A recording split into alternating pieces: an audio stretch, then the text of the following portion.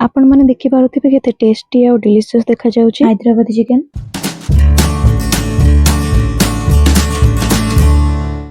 प्रथमे किले चिकन रे किछि दही, गोल्डन फ्राई पियाज, किछि कट्टा धनिया पत्र, 4 रु 5टी कंचा लंका मझिरु काटी नेथिली।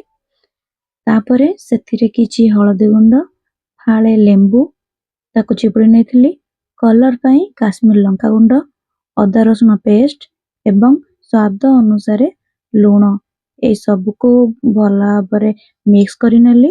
याकू लगभग 30 मिनिट पर्यंत साइड रे मैरिनेट पाई रखी देली।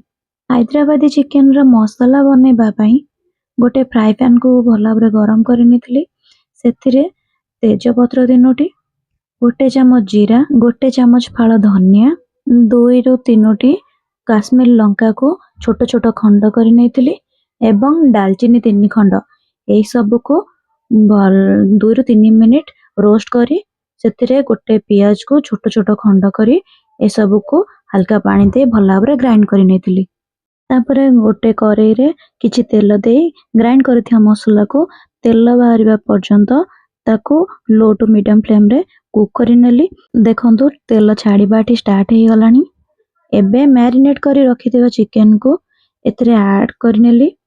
याकू भलो भाबरे हाई फ्लेम रे 2 रु 3 मिनिट पर्यंत एमति याकू कुक करि नउची। तापरे मो एठी 30 मिनिट पर्यंत घोड़णी को एठी घोड़े देबी आ लो फ्लेम रे छाड़ी देबी। या द्वारा चिकन मसला सहित भला भाबरे मिसी जिबा सहित चिकन रो बात पानी आकु चिकन को सिझिबारे भी सहायता करिवो। एबे 30 मिनिट हे गलानी। चिकन भी भला भाबरे सिझि जायछि। एथिरे किछि काटी के रखिथिबा धनिया पत्र, किछि भृसंग पत्र एवं गरम मसला देकी 2 रु 3 मिनिट घोड़णी दे फुटिया पई छाड़ी दउ। आपण माने चाहले एथिरे पानी दे आ टिके जुसी भी करि परिबे। एबे चलंतु देखिबा घोड़णी काढिबा परे देखंतु यार फाइनल रिजल्ट केते डिलीशियस देखा जाउछि ना आ बहुत टेस्टी भी होइतला।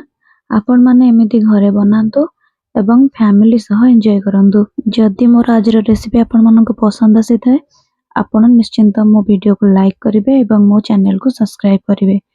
रहले धन्यवाद।